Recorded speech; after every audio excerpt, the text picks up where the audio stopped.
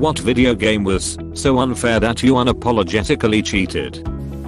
Milan's Secret Castle. I got it as a gift when I was a kid and spent hours doing nothing. As an adult I thought I'd try it on an emulator and prove to myself that I had become smarter with life experience. Nope. Even while cheating I was upset. Fuck that game. This game is covered in one of my all-time favorite AVGN episodes. My secret move in Age of Empires involved the phrase "how do you turn this on?" It's all fun and games until your machine gun sports car gets converted to an enemy religion. Then you get 2 more to counter the first one. Pokemon. I gotta catch them all but I can't travel to Japan in the 90s/early 2000s. If you hack in Pokemon to fight your friends, that's not cool. If you and your friend are both hacking, that's fine. I hacked to play on my own. Used an emulator, as did all my friends. We didn't battle. I've been known to go into the world editor in Civ when the AI does something completely out of line and unpredictable. What's wrong with Gandhi nuking the shit out of you out of nowhere? They said unpredictable. We all know Gandhi is nuke happy. Not that Minecraft itself is super unfair, but once I died in the nether while using Elytra because of a pop-up from another program. I used /c to get all my stuff back. Fuck you Norton.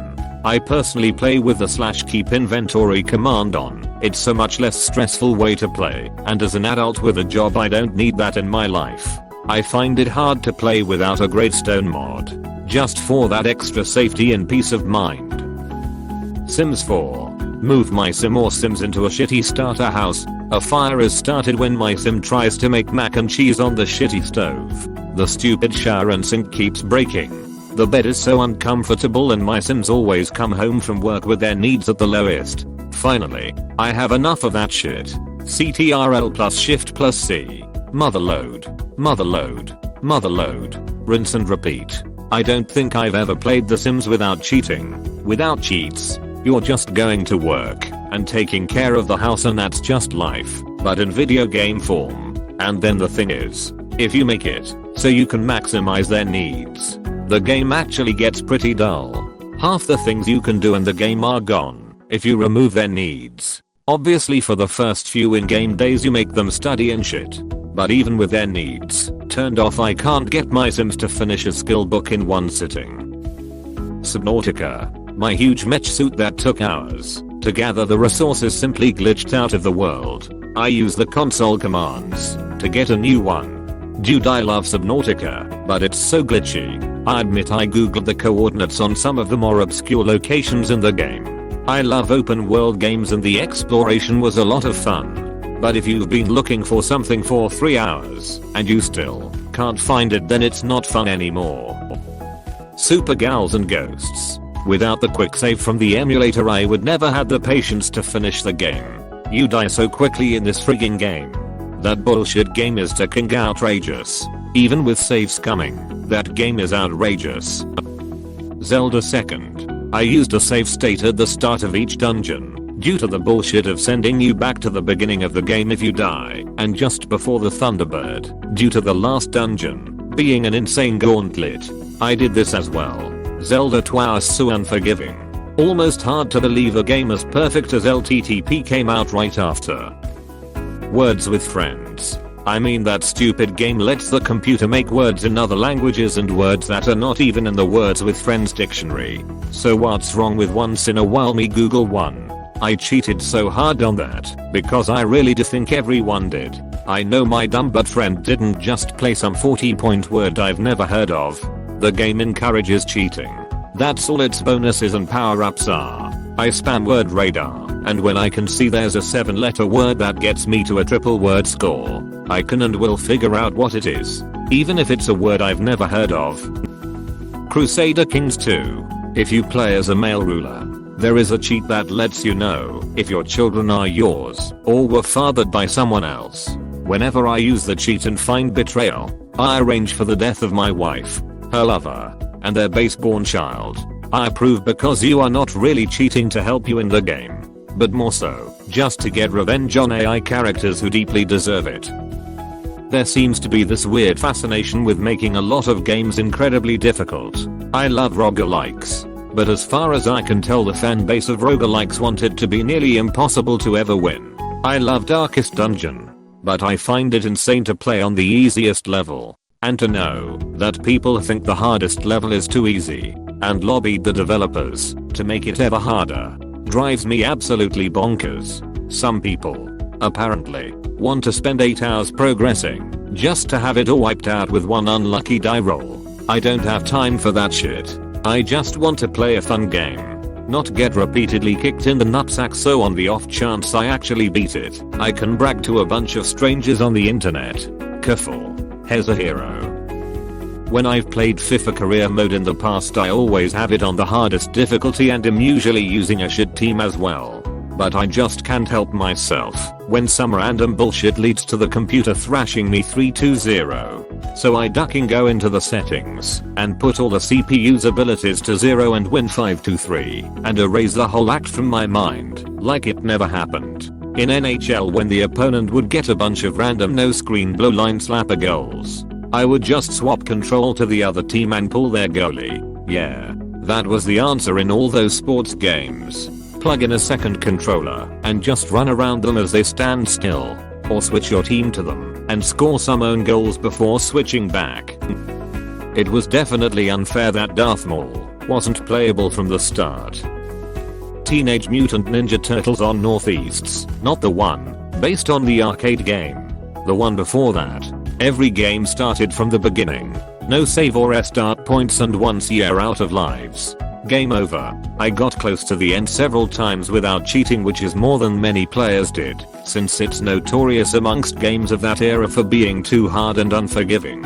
Investing who knows how much time in each attempt, only to end up with a game over some BS mechanic I had to play all the way through to even attempt. So I game Genied that bitch. I also game Genied Battletoads because of too many runs where I got really far after all this time, got screwed over, and had to start from square one. Teenage Mutant Ninja Turtles still gives me nightmares. Those damn underwater bombs. Hungry hippos. Just saw a 1/4 inch off one leg of the dining room table and sit there. If I'm playing a single player game, I unapologetically cheated all of them. I don't give a fuck.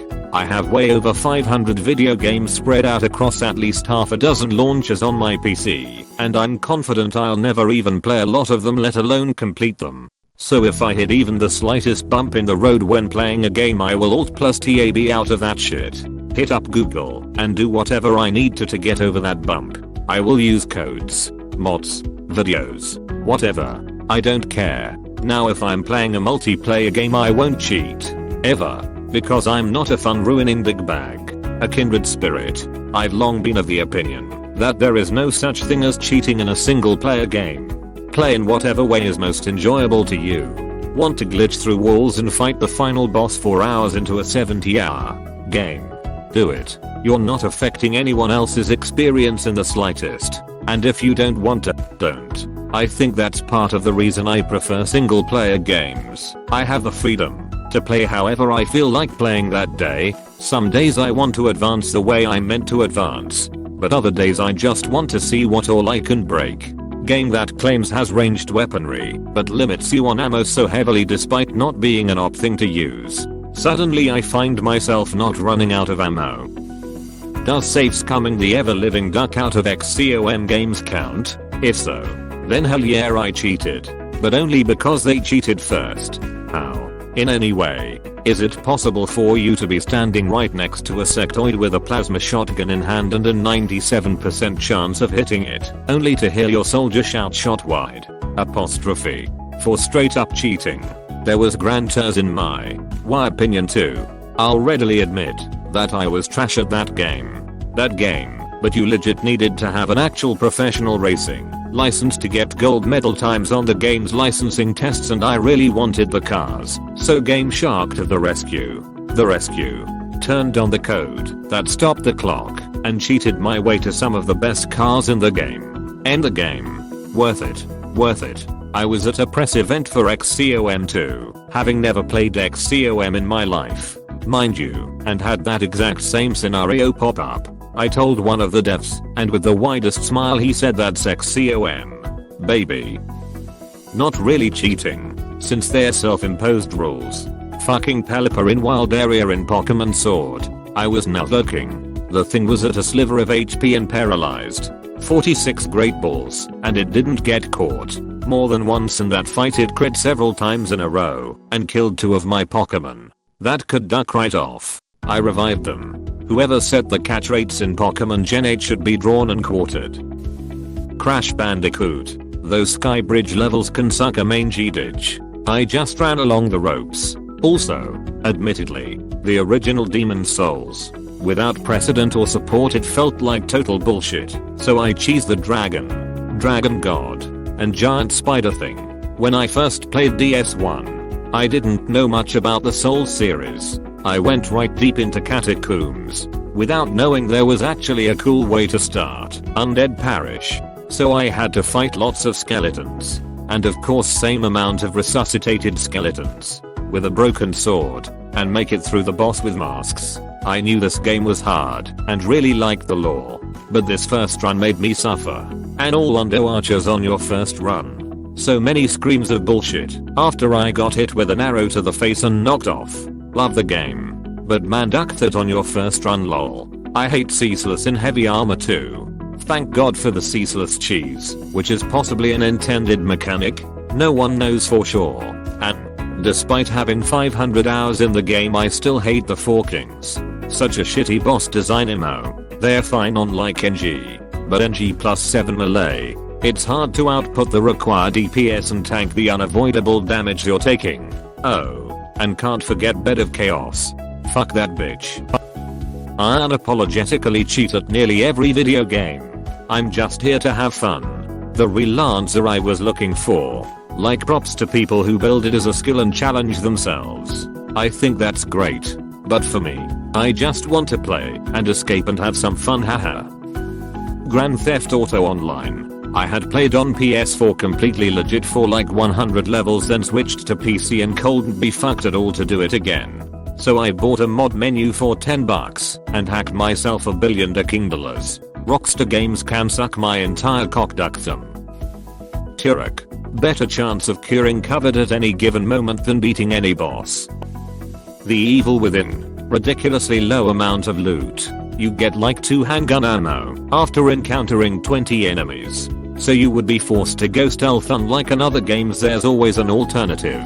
The Evil Within 1 was a pain in the ass. Played through it in October on Xbox One. And it's like you said. Funny thing is, in The Evil Within 2 there are cheats in the option menu like unlimited ammo or God mode. You can even get all achievements while playing with cheats.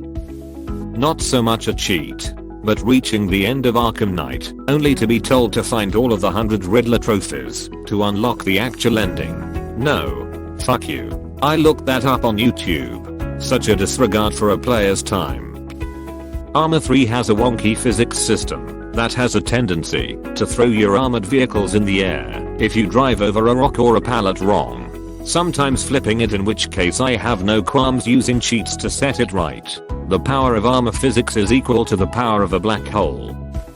Most recently, Borderlands 3. Not that the gameplay is unfair, but after finishing all content with all 4 characters, I have given up on properly farming for gear. The drop chance for the item you are looking for is so low that now I farm until I get something close-ish to what I want. Then edit the anointment. I mean, there is a YouTuber that was looking for a cryo backburner with Ascorrosive. Took over 2500 boss kills to get one. I don't have time for that. XCOM 2 War of the Chosen. You bet your butt I scummed when I missed a 95% shot. I mean, backup plans exist for a reason. Sims 4. Why can't I just put my toothbrush on the bathroom counter? Question mark? Question mark? Okay. So Kingdom Hearts 2 is a great game. I love it. I have spent so long in that game doing every little synthesis quest and all the Pooh games. Jiminy Cricket is happy with me. The secret fight with Terror in Final Mix is such nonsense. I looked up a trick. No regret. Wasn't worth the frustration. Fenrir, my old friend. I had to use it for Data Axel too, because I just couldn't survive him deciding to play The Floor is Lava. Most Call of Duty single player campaigns I unapologetically gave myself a slow MO. Because I want slow MO when I want it, not when you deign to give it to me. Subnautica. Not because it was hard, because it's insanely buggy. Your stuff will get stuck in walls and fall through floors and you have to use cheats to recover. This isn't like speedrunner stuff you have to work to discover. Glitches are just constantly screwing you over. That game is great otherwise. But duck those developers. Jesus. The most annoying and really game breaking bug is, to me, when water disappears and you just fall on the bottom of the sea. Hard to fix too, and it just deletes your game. If you were in hardcore mode and fell from a high place undersea, yeah, you can't play that game in hardcore. Too many ways you can randomly die to bugs. Your vehicle can disappear when you're too deep to escape. Water can disappear. A weird physics bug can make you take lethal collision damage just for getting out of your vehicle, etc. You can fix some of those with cheats, but if you're cheating, it's not really hardcore anyway. I used to play Monster Hunter extensively. I liked the idea that if you want something you can craft it. You kill monsters, get their most rarest parts. Then you send to forge an item with fixed stats and bonuses. Then you could mix and match different armor pieces from different armor sets to make your own custom set with its unique set of bonuses. It was an extra layer of depth which I treated as a puzzle game where I studied all the armor pieces and their bonuses to see which combination could come up with the most relevant bonuses that I wanted. Alternatively, you could look up armor sets online and grind the monsters for the parts and complete the armor set you want. This was how Monster Hunter used to be way back then. One day Capcom decided that having fixed stats made players feel no reason to keep playing, since they've already achieved what they want to achieve. That's where they introduced charms. Charms is a new armor piece. It gave you random bonuses from a huge list of bonuses. For starters, this broke the you can build your desired armor set meter. The real engine became farming charms. Some people might say BRTOUD on T northeaster THE extra bono SESTOENT higami. Duckile guys. Technically those guys were correct, but it broke the spirit of those that loved twinking and playing the armor bonus puzzle game. We could no longer reliably craft the bonuses we want. If you wanted a certain charm, you would just have to pray and hope you get by the end of your farming run. To make things worse, the way the charm list was, is there were 12 or 20 each? Can't remember. Different charm tables. Some extremely strong charms were exclusive to certain charm tables. Here's the kickers. You are not told which charm table you were on. We did not know the existence of such charm tables until someone studied the game enough and made the info public. The charm tables were not rotated. You were stuck in the charm table you are in. This meant, if you did not know about this, you could be playing the game until the end of time and the charm with the bonuses that you wanted would never drop since you were not on the correct charm table. I had immense pride for not cheating in the many Monster Hunter series that I played. All until that point, I cheated. Back then fellow Monster Hunters would communicate on Minigat. Hello anyone from there. Closed bracket comma. Me and a few fellow hunters actually gave a free service providing cheat codes for charms that players wanted. Provided that the charm exists in the charm table. Technically legitimate charms. So yeah, I hacked and cheated. I spoiled my own game. A franchise that I loved. Charms are bullshit and unfair. Thank you for reading my rant. Thank you for watching. We hope you enjoyed this video. Please subscribe for more videos.